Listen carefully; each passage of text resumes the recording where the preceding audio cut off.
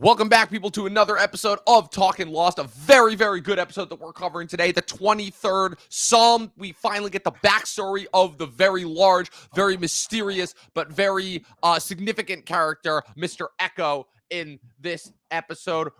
At the end of this episode, we will also be giving you guys a preview of our summer slate because infamously, this is the final weekend in April. This is the final weekend before the kickoff of the summer slate. Thunderbolts releases next weekend, and then we will officially be into summer blockbuster season as we wind down everything that we've been working on towards the spring. Luke, you got anything to say before we get this started? No, other than that, this is probably one of the better backstory episodes for me. Most definitely. All of that and more on today's episode of Talkin Lost.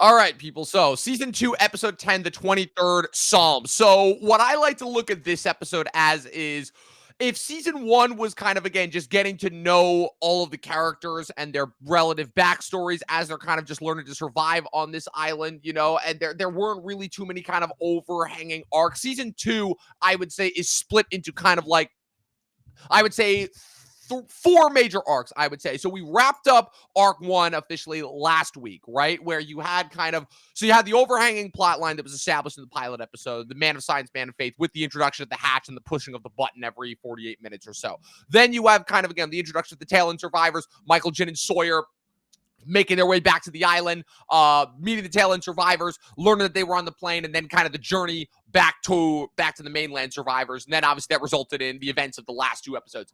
Now we're kind of transitioning into the next part, which, as we see in this episode, is going to be, unfortunately, kind of a little bit of a heel turn in wrestling terms for Charlie, kind of as presented through the guise of Mr. Echo, as we, again, as Charlie even says, now that these tail end survivors who we weren't even aware were had survived on this other end of the island have now been incorporated into the main island survivors, how that's going to kind of twist and turn things on its head. You also have Michael is starting to get just a little bit too restless as far as, maybe wanting to go after Walt, and as far as, once again, being noticed by nobody except for John Locke, the most perceptive person on the island, who was the only one to ever notice the things that nobody else seems to. But again, this is, I said at the beginning, this is Echo's backstory. We finally get to know who he was, and also as well, again, kind of tying into our pre-stream discussions a little bit. This is an episode that shows everything is tied together as we finally learn kind of the identity, if you will, of that infamous smuggler's plane that got Boone killed, that Locke was trying to use to open the hatch last season. And now we finally know it was related to Mr. Echo. Again, for all long-time Lost fans who know, it was infamously Echo, who was a drug lord. His brother, who ended up becoming a priest, he attempted to use his brother's connections in the Catholic priesthood to smuggle drugs out of Nigeria. His brother attempted to stop him at the last minute, but was unfortunately shot by the military police. Echo got him onto the plane in order to save his life, but then the other drug runner kicked him off the plane. And because he was still dressed in priest clothes, he was able to kind of escape from there. And now, unfortunately, we kind of see again how everything's tied together. Lucas, as I asked you before in the pre-stream discussion, and now I'm going to ask you again for the actual purposes of the stream, did you at all in any way expect that that the smuggler's plane was going to come back in this way? I think when the plane first showed up, it felt like this sort of almost game-like thing. Like, okay, you've discovered this part of the map, and there's a plane here. What does that plane signify? I guess we'll find out later, or at least we will come back to it in some way. Like it's too contrasting to the jungle environment to be forgotten about. And obviously, it does come back later. And as soon as Mr. Echo was like, "Hey, where'd you find this Virgin Mary statue?" I'm like, "You're like, he's connected to the plane." Like that's the beauty of Lost, where everything is somehow connected. And when the writers do actually reveal something to you for once, it's like it feels so earned because they've laid it out so well. But then sometimes it does surprise you in such a manner as it did here, and I was like, oh, this is great sci-fi TV. Exactly. Yes, like Lost has had this really interesting instance. You're right. I love that metaphor too. The idea of like this treasure map of all of these different kind of like icons, and like the Black Rock, which they discovered was like this ancient like Spanish conquistador pirate ship from like mid 1800s, something like that. And that will come back, and we will eventually discover what that is. Again, there's this temple on the other side of the island. There's this lighthouse. All of these kind of different things that these landmarks on the You're island. teasing me. You're teasing Oh, me. yes, as the show does many times too. But all these different kind of landmarks on the island, and you eventually, again, come to discover what each of them mean and how each of them came to be there.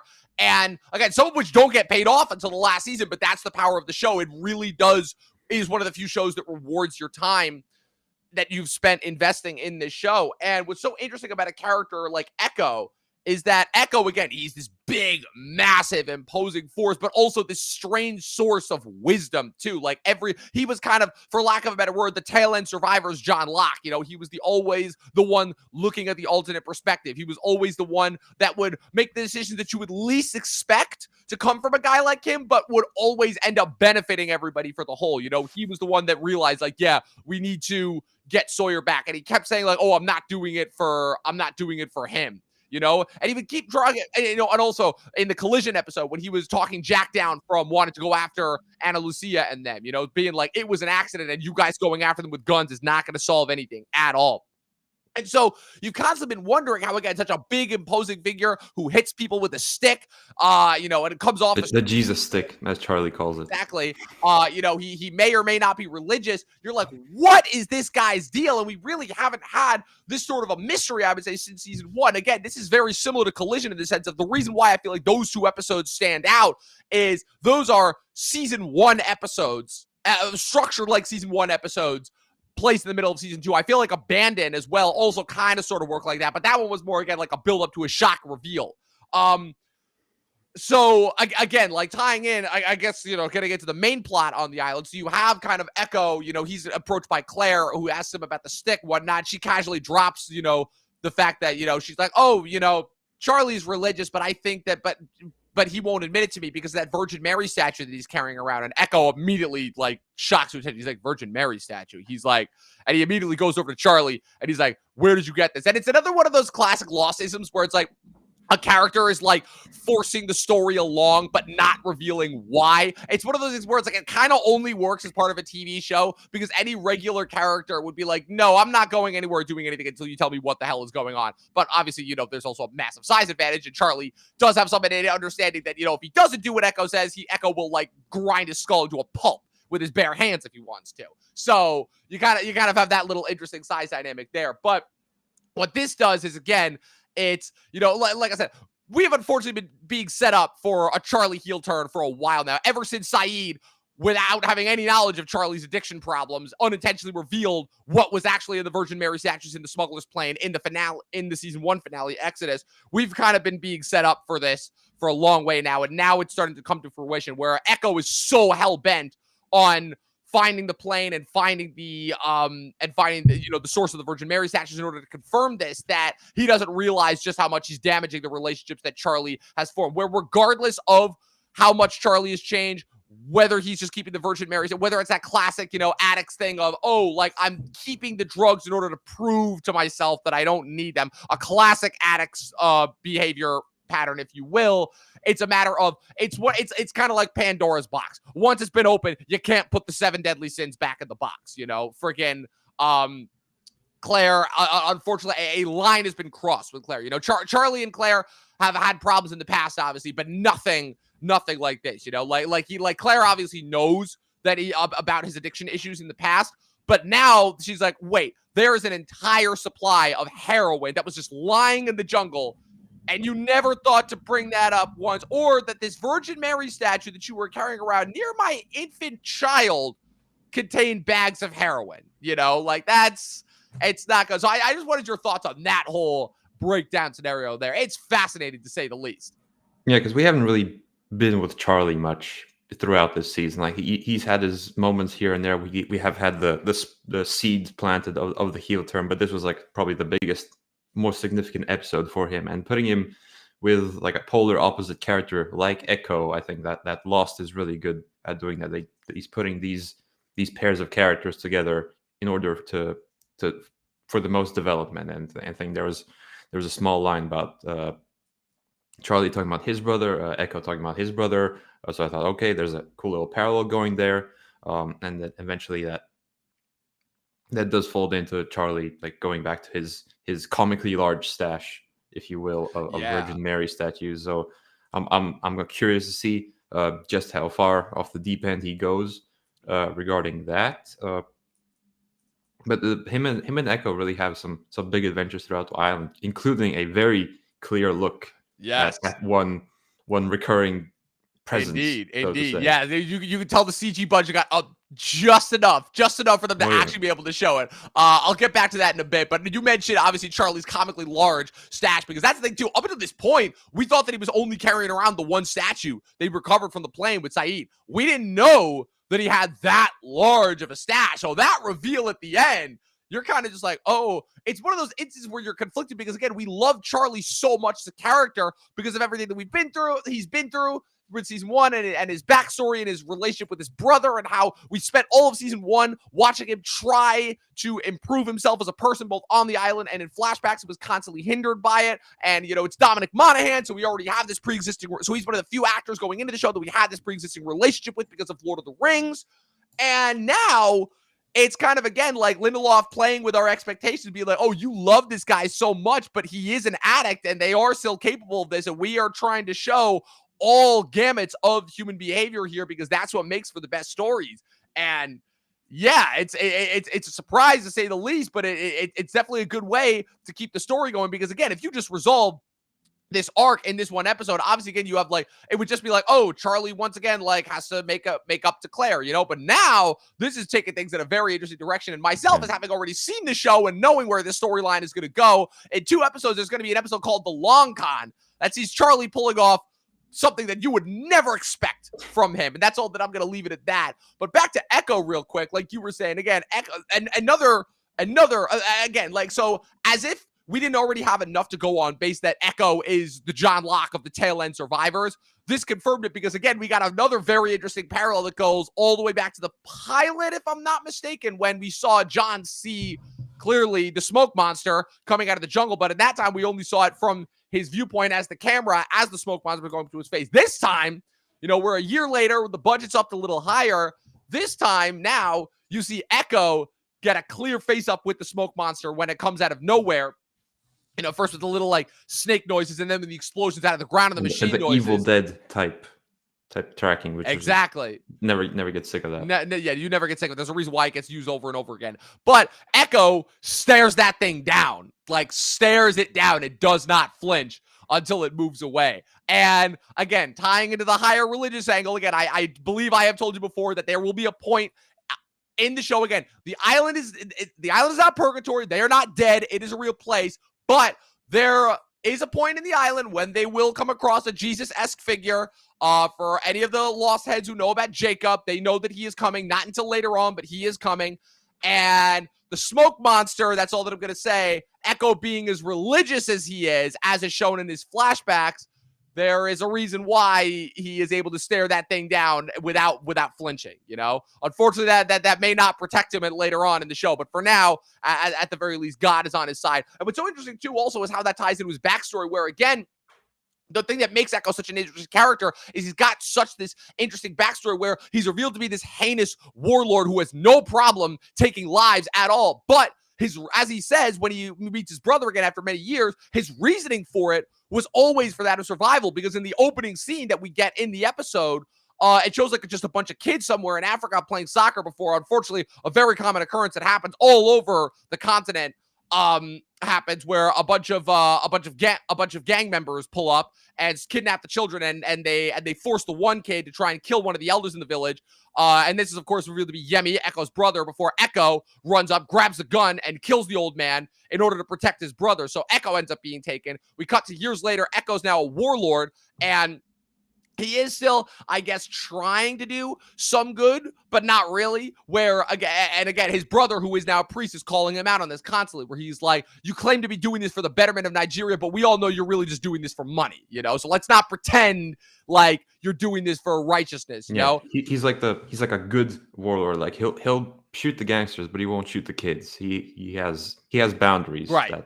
that maybe most drug lords don't. But that's the almost hypocrite type contradiction of Echo. That yes, I'm doing good, but I'm also a drug lord. So it's that kind of like yeah. Exactly. And unfortunately, again, it's another one of, but again, this is another reason why Lost is so good, why TV at this time is so good, because it shows once again that like you can't keep trying to play both sides. Eventually, it will come back to bite you in the ass, because even though he forces his brother to sign the papers in order to let them, smuggle the drugs out of the country under the guise of a church mission, so that they can avoid the military, his brother still calls the military. The irony being that his brother, while attempting to do good, ends up getting killed, right? Because it's the military police that kill his brother, not Echo or his drug lords. And then, as Echo says, when he sees the one drug lord who tried to parachute out of the plane, and that was the body that he found in the woods before he discovered his brother's body in the plane, he's like, this is the man who saved my life. Because again, the one drug lord kicked him out of the plane before he had a chance to get on.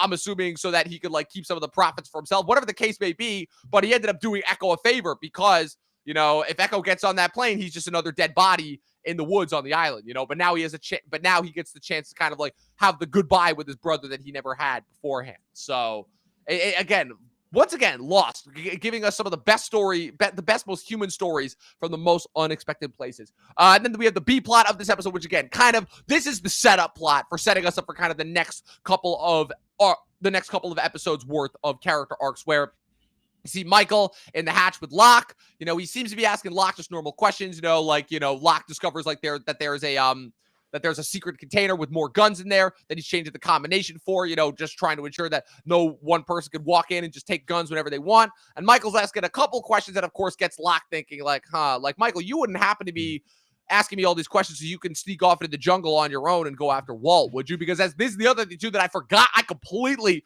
forgot to mention this in last week's episode when Michael was exploring the hatches. Michael, despite being told that, the computer can only be used to punch in the 6-digit code in order to reset the timer, in order to stop the island from exploding, Michael somehow was able to communicate with Walt through the computer. Now, whether that's seemingly Walt, exactly. Whether that's actually Walt or whether, who knows, it could be just more island trickery. But whatever the case is, Michael's got enough juice, enough ammo to be willing to risk everything to go back into the jungle to save his son. So, what did you think of that one? Yeah, it was kind of like very abrupt at the end of the episode, which why we forgot to mention it. But now he's like, it's his secret, like Jack almost sees the chat almost, but the screen goes black before he does. There's that little mini tension of, ooh, like, okay, this is gonna lead somewhere eventually, like as soon as next episode, because I always read the Netflix description of the next episode to get me ready for next week. So yeah, that's gonna push the plot forward. As you said, they have characters that force the plot forward. This will be Michael going into the jungle, enforcing the others to follow suit towards the others and the rest of the island. So I'm very looking forward to that.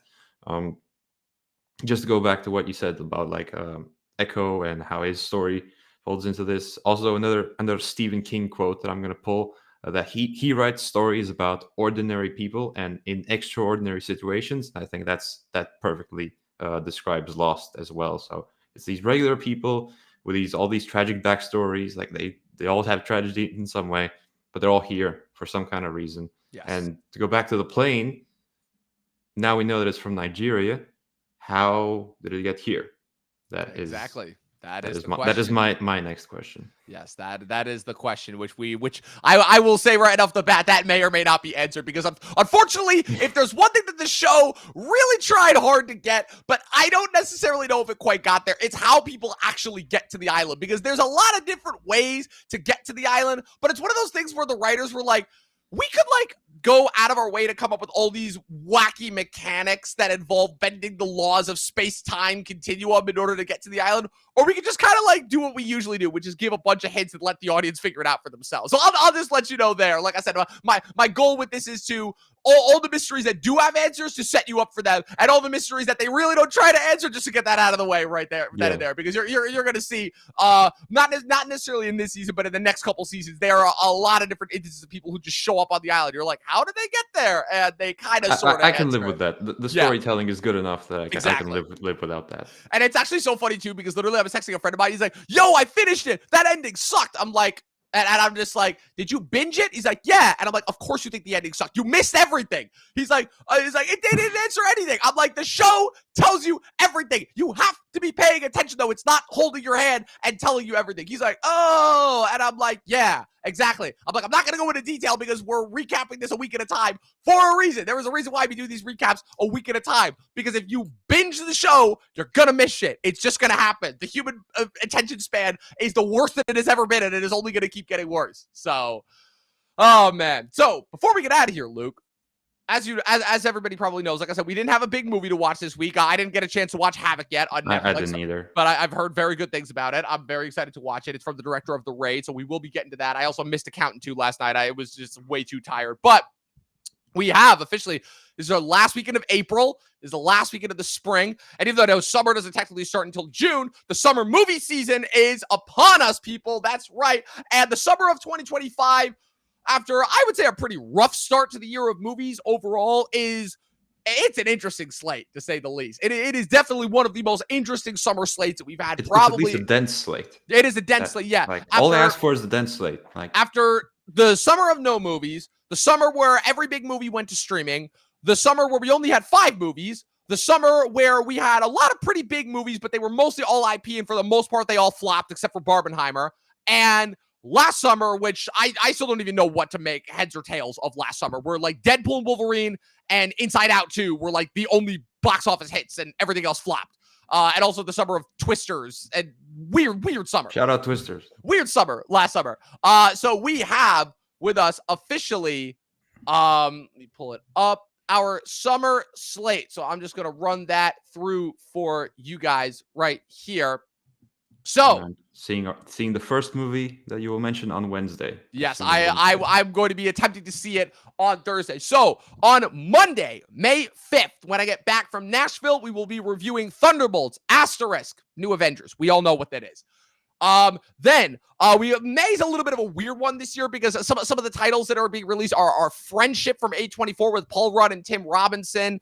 And then the weekend after that, you have the double release of Final Destination Bloodlines and Hurry Up Tomorrow from starring The Weeknd and Jenna Ortega and Barry Keoghan. This is a weird May, but Memorial Day weekend, Sunday, the 25th of May, we will, of course, be reviewing as the cap to our Mission Impossible rewatch series, Mission Impossible, The Final Reckoning. Will it be the final time we see Tom Cruise pull off these ridiculous stunts? We will have to see.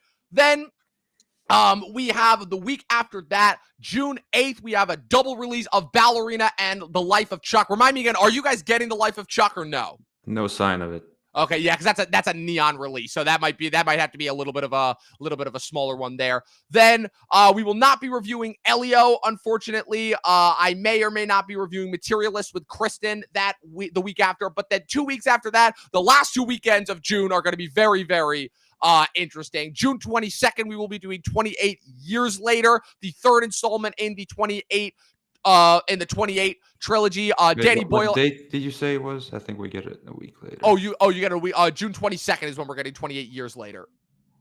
Stand by. Unless they change the release date on us. Yeah, we get it 27th. You got it the 27th. Okay, so in that case, I gotta watch that in F1 on the same weekend. Oh no! Oh man, it looks like that one's gonna be. And Megan 2 looks interesting. It looks like that one's going to be a double release. Damn, because that was going to lead into my next one, June 29th, F1.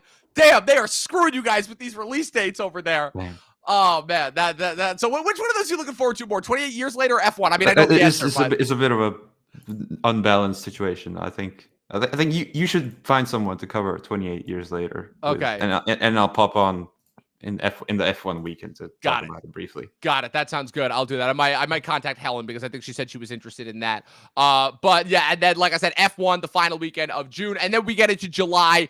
And really in July, there's really only three big 3 big releases because I will be in Italy when Eddington releases, so I will not be able to cover that in real time. I may be able to do that at a later point, but the 3 big releases, July 4th weekend, July 6th will be Jurassic World Rebirth. You and I will be, since we'll both be seeing it early, and since I'll be leaving that day, we're going to be covering Superman on the morning of Friday, July 11th. That will be a little bit of an early one, and then the final weekend of July 27th. So that Monday that I get back, because I'll have a wedding that week, and we will be doing Fantastic Four First Steps. And those are the majority of the big summer releases. Like I said, we'll have some fun ones that we'll cover in August, but for the most part, those are like the big tentpole titles that I want to hit for the summer. We're going to see how those titles hold up, obviously compared to previous summer titles. We'll see how this summer box office turns out. And then obviously we'll still be recapping Lost as well every weekend too. Because like I said, we are covering, like I said at the beginning, once we started, we were covering Lost every single weekend until the end of the year, so that we can knock out seasons 2 and 3 this year, so that we can finish the show and wrap it in 2026. So that's it. That was a recap of Lost. That was our summer slate. Keep tuning in. Like I said, we are still churning out these Mission Impossible rewatches. Mission Impossible Ghost Protocol is recorded and edited. That will be up and released tomorrow morning. And I am currently in the edit for Rogue Nation as well. And then when I get back from Nashville, we will be recording Fallout and Dead Reckoning Part 1. Do we even call it Part 1 anymore, or is it just like Dead Reckoning now? Like, I don't know, because I think on the Blu-rays it's still Part 1. Because they still have the Part 1 on some of the titles, so I don't know like what to call it, because it's not, because this is no longer Dead Reckoning Part 2. It's the Final Reckoning. Still, the smartest decision they could have possibly made for this movie. But oh man, so Luke, as always, my partner in crime, where can the good people follow you on the interwebs? They can follow me at Luke Reviews on YouTube. I handed in pretty big assignment on Friday, so now I have a little more time to start writing that mission video. I plan to get it out before the 23rd, so that gives me about 3 and a bit weeks, which is plenty of time. Yes, sir. Very much looking forward to that.